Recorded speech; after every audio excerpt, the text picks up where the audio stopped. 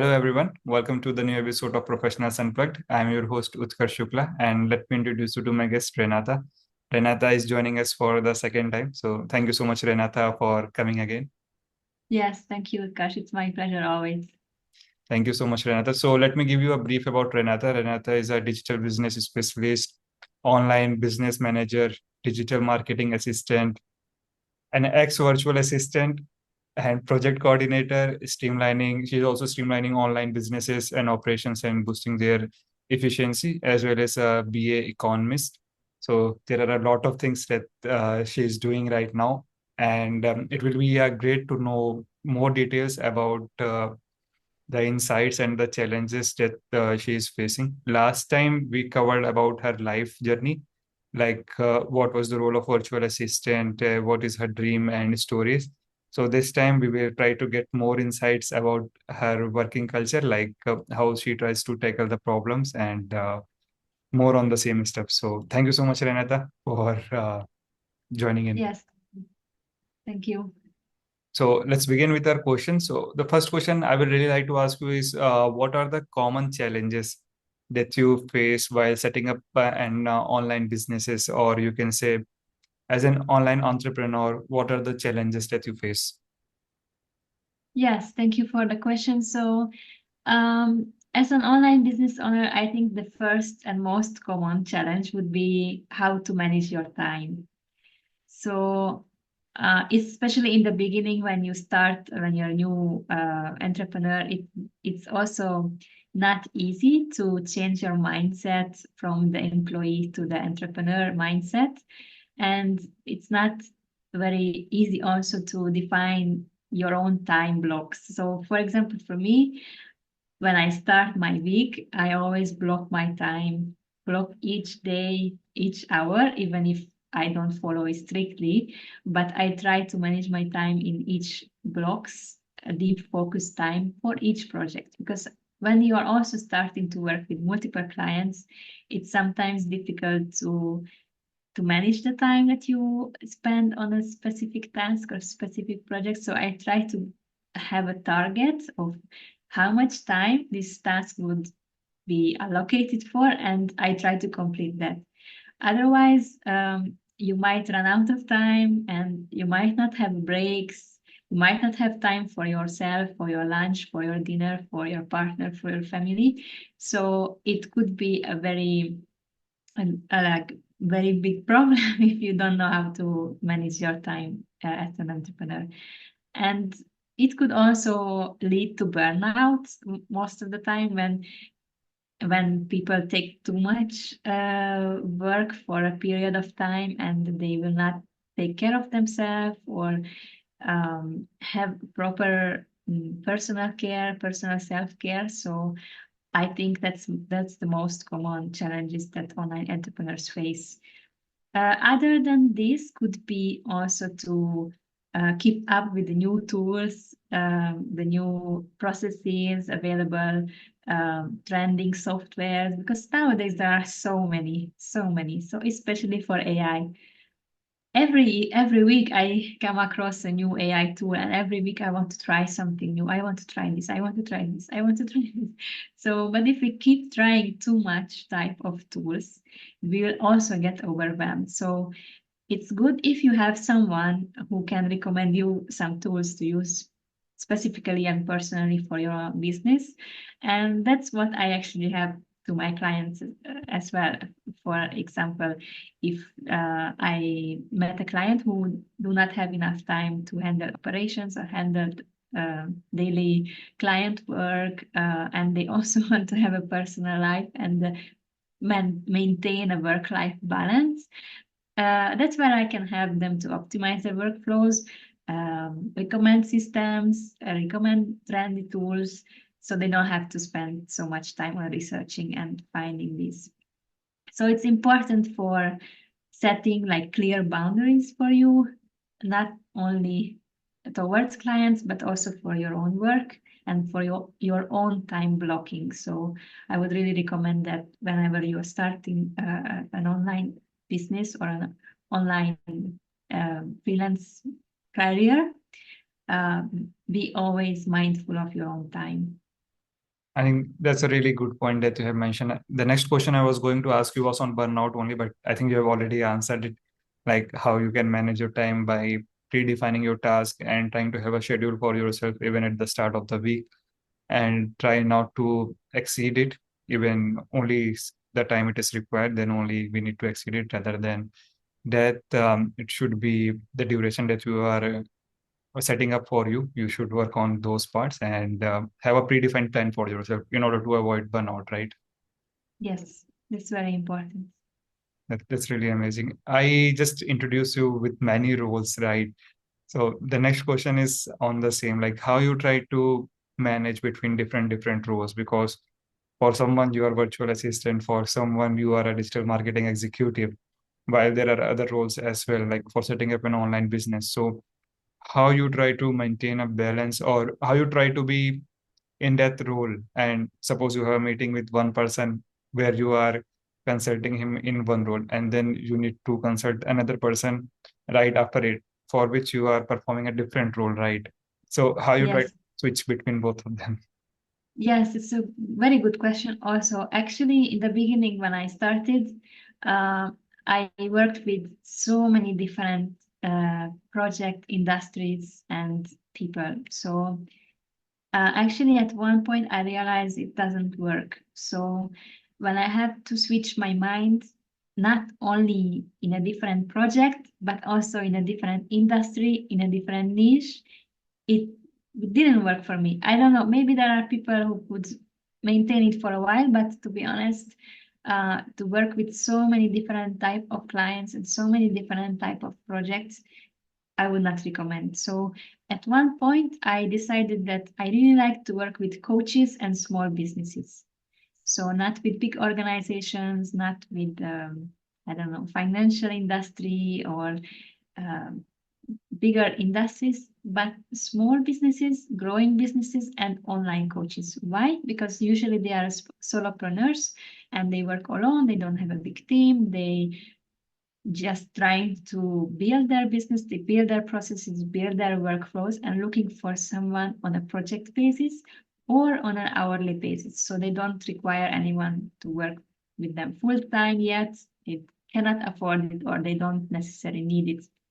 So at this point, when I switched my clientele and my niche into more focusing on small business owners and coaches, I was even more effective and I was even more balanced and I was handling the task much better and much more productive. So the other principle would be also to set the clear boundaries. And as I mentioned before about focus time, block out uninterrupted time, schedule designated time, focusing high focus. So it means you switch off all your notifications. You don't check your phone. You don't pick up the phone. You don't. I don't even talk to anyone during that time. Like I only strictly focus on that project, and my clients knows this. So my clients, whenever I have a new client, onboarding a new client, I mention it. I have a welcome packet, and I mention it my timing, what time to what time I'm available, and what's my cutoff time for my task to complete, and how do I respond to requests. So I'm not available like 24 hours. They know this. They know that I have multiple clients and multiple projects at the same time. So it's clear from the start. We have clear communication and clear boundaries from the start. So I maintaining these hours, maintaining this time, communicating these boundaries. I think it's essential so you are able to handle multiple projects at the same time. I mean, that's a really great answer, to set up the boundaries with each role, and then you need to switch your mind, and in order to do so you are separating yourself from the whole part of the world in order to be in that zone. So trying to create that zone area is very important, and that's what you are excelling in right now. And it's great for you as well and for your clients.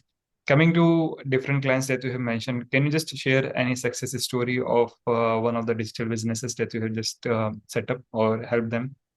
Yes, of course. So The last success story, let's say it would be a bit complex because it was an e-commerce project. A client was building an e-commerce online store from scratch. So they had some things set up, but not fully operational. So I helped them managing these updates and setting up the inventory, setting up the automations and the customer relationship management system in all. So it was integrated into a CRM, and at the same time, automated workflows were set up. So before this streamlined process was set, they were handling a lot of manual tasks, Excel, a lot of chance for mistakes as well. So, and of course, they spent so much time on handling the admin part instead of focusing their client relationship or personal touch to the clients. So when we integrated this automated workflows, database, and created a lot of automations within the system, within connecting this e-commerce and CRM, it improved a lot in their own client relationship. It also improved on client bookings appointments, so they don't have to manually send reminders anymore or calling the clients if they missed the meeting or they missed an appointment. Everything is automated, so it saves so much time for them, and they have much more time on handling the actual operations and improving and growing it. So now they have more time on creating more new products, spending more time on personal touch to the clients. So it's really improved their customer engagement and their operations a lot. That's really great. I think automation plays a key role in any business, and you need to be good in it as it will require a lot of manual efforts. Like you just mentioned the example of an e-commerce company where they need to have everything automated, and you have helped Yeah. them with it. There is one word that you mentioned in your answer, a personal touch with the client. So can you just enlighten us on the same, how important it is to have a personal touch with your client and how it affects the business overall? Yes, of course. So I think, and even in my case, for example, I work online. So I don't really meet my clients in person. In a few cases, yes, but it's very rare. But because of that, I really focus on personalized service. So providing personalized service based on your needs, based on your current business needs. And because of that, I created an onboarding process to my clients. So to get to know me better personally, and I could also get to know them a little bit more personally. So every time I meet my clients the first time, we always meet in person, in Zoom. And then once they decide to start with me, I create a personalized proposal for them based on our discussion, which is always personalized. So I don't have a template. I only have a guidance, let's say, that, for example, a CRM system setup will be estimated this price or this proposal, this timeline, and these deliverables, and so. But I never have the same exact proposal for another client. So it's very personalized because every business is in a different stage, and every business is a different story, is a different personal, different needs. So then the second part of my personal touch, even though we are only working online with my clients, is that they receive a welcome packet from me personally, where I list for them all my deliverables that we discussed. It's a PDF file with all my information, my communication details, my work hours, and how we can work together in a successful way, how the project could be a success story.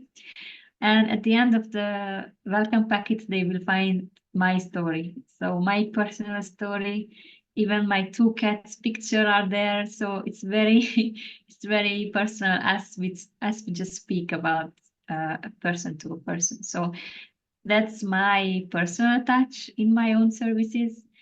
And even as an addition to this, I always try to figure out my clients' birthdays. So whenever I have a client who's based in the UAE, which is the same country I live, I try to find out their address and I try to find them a small gift. Um, Also, I had a client who had a first year anniversary work anniversary with me. So I sent her a flower bouquet as an appreciation, as being grateful of working with her for a long time. So I really try to build a long-term relationship with my clients.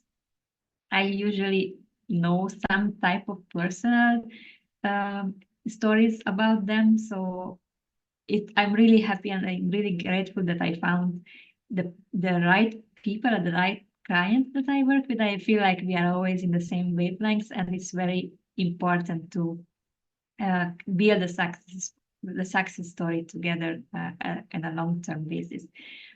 So even though now we talk about automations and systems and processes, um, I think the personal touch in each service and each relationship or each business is it's the key to have a long-term success, because at the end of the day we're dealing with people. Even if I'm buying a cloth online, there is a person behind it. So we always have to think about that, and don't forget that you're just purchasing something online. There was someone else who worked on that product. I totally agree with you on this point. I think personal touch is required in each and every industry, and it's very important to know how to deal with clients and people. And small tokens of appreciation that you just mentioned are very important, and they play a key role, not only as in person, but psychology as well. Like in terms of psychology, Yes. it creates a good impact in your mind about that person you are dealing with. And with those empathy and kindness in you, it just create a natural relation with the people you are dealing with, and it results in more Yes. business. So it's at the end, it's good to be kind and good to show appreciation, even in the form of small gifts from or just messages as well. So I think it's a great thing to add. Yes, I agree. Coming to opposite question of it, there must be scenarios where you have faced where you are getting requests from clients that uh, can't be fulfilled by you, suppose, right? There can be some conditions where these requirements can be with you. So how you deal in those situations? Yes, could be. So if I receive a request and I'm not able to deliver it, there are different options that I could suggest. Either I will suggest one of my colleague who could help, or another professional that I know who could help. Um, or otherwise, I would suggest to them to wait some time until I can research more about that. But to be honest, since all of my proposals are very clear, so I think we discussed this in the last call as well, that whenever you have a new client or you start to work with someone, you always have to have a clear communication and clear deliverables from the start of the project. So I always have um, listed deliverables agreed from the start of the project, even though I'm flexible. So I always inform my clients that if you have an additional request or um, another request about changing dates or adding dates or modifying the deliverables, I'm always flexible for them. But if there is anything that I'm not able to fulfill, I will not say that I can do it, because I don't want that they will get disappointed that I agree to some deliverables and I cannot do. So to be honest, I'm very clear and very fair to all my clients that if I can do, I will say yes. But if I cannot do, I will tell you. So it has to be, we have to be very honest. On our skills, on our availability, on anything that you are able to do and you are not able to do. I think that's a very honest answer as well. You need to be clear and communicative with your client regarding the deadlines or even with the stories, or you can say the tasks that are required to done. If you are not able to deliver them, you need to inform your client or manager. In Yes. the industry, I think that's the real part. You need to be honest with the answer rather than just keep rolling out or keep looping for the solution. So it's a very good thing. Yes. And, Have a- it's also a two-way collaboration. So Right. recently I added a clause in my proposals that um, I ask the clients to commit also to the deliverables and to the deadlines, because sometimes, most of the times, I need feedback, or I need a review, or I need a comment on some task before it's finalized. So I realized that it's actually needed to be there, because it has to be mentioned that even you as a business owner, you are responsible to give me feedback to be able to deliver a task on time. So even if you are working in a company, you have someone above you, your manager, your leader, your CEO, whoever is there. They are also responsible for the business, and they are also responsible for the operations. So it's not a one person show. It's all together that we are working on this project or that project. So it's just important to say that it's not only a one person responsibility. Yes, I totally agree with you on this point. Coming to the last question of our conversation, what is the business model that you are trying to follow? Oh, that's a good question. Well, I have, as a freelancer, I work with multiple clients. So I'm a service provider. My business model is hourly based packages to business owners who don't require a full-time employee, and they are growing their business, and they have different requirements on different month. Each month could be sometimes more requirements, sometimes less, depending on their phase, or depending on the stage of their business. So I don't work with numerous clients. I only work with limited clients to be able to focus on their own project and deliver high quality services. So I know a lot of business owners or service providers might look for numerous clients, and they push for more and more and more. But on my end, on my side, what I try to do is work with less clients, but provide quality services and provide personalized services. So that's very important for me. And it's one of my core values is excellence. So I always try to provide my best as best I can, deliver the highest quality I can for each client. So that's why I mentioned also the deep focus time and deep concentration. And I don't do multitasking also, for example. So I want to provide high quality service, and for them to have a success story. And then later they might refer me to their friends and family and business partners. So recently, I had so many clients who referred me to their friends and family, so I didn't even have to do any marketing, which is amazing, because I did not expect that so many clients will be so happy working with me and so satisfied working with me and with my services, that at the end I don't even have to do so much effort on doing my own marketing. So I'm really happy that I also contribute to their success, and I'm also satisfied that I provide something valuable for them. I think that's the best part that any person can ask for when you are not required to do marketing and you are easily getting the clients. That tells Yes, intensity through which you work on with your clients and the order of time that you are giving them, because one can only refer to his friend or family only when they can find the business partner to be useful. So kudos to you for doing such a great business and in order to get clients without marketing, because that's the toughest task in today's world to get clients yes, doing marketing. So It's an Yes, amazing to right. know your story.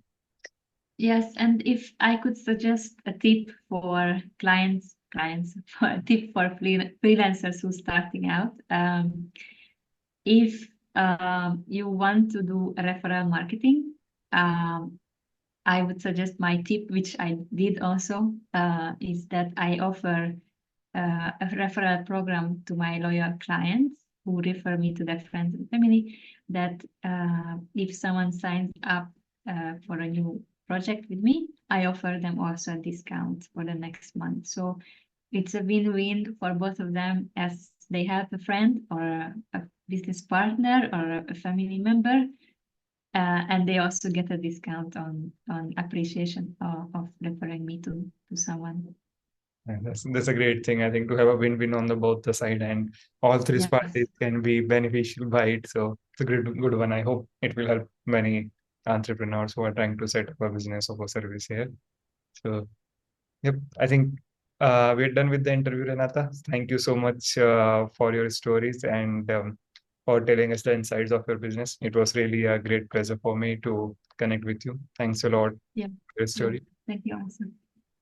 Thank you.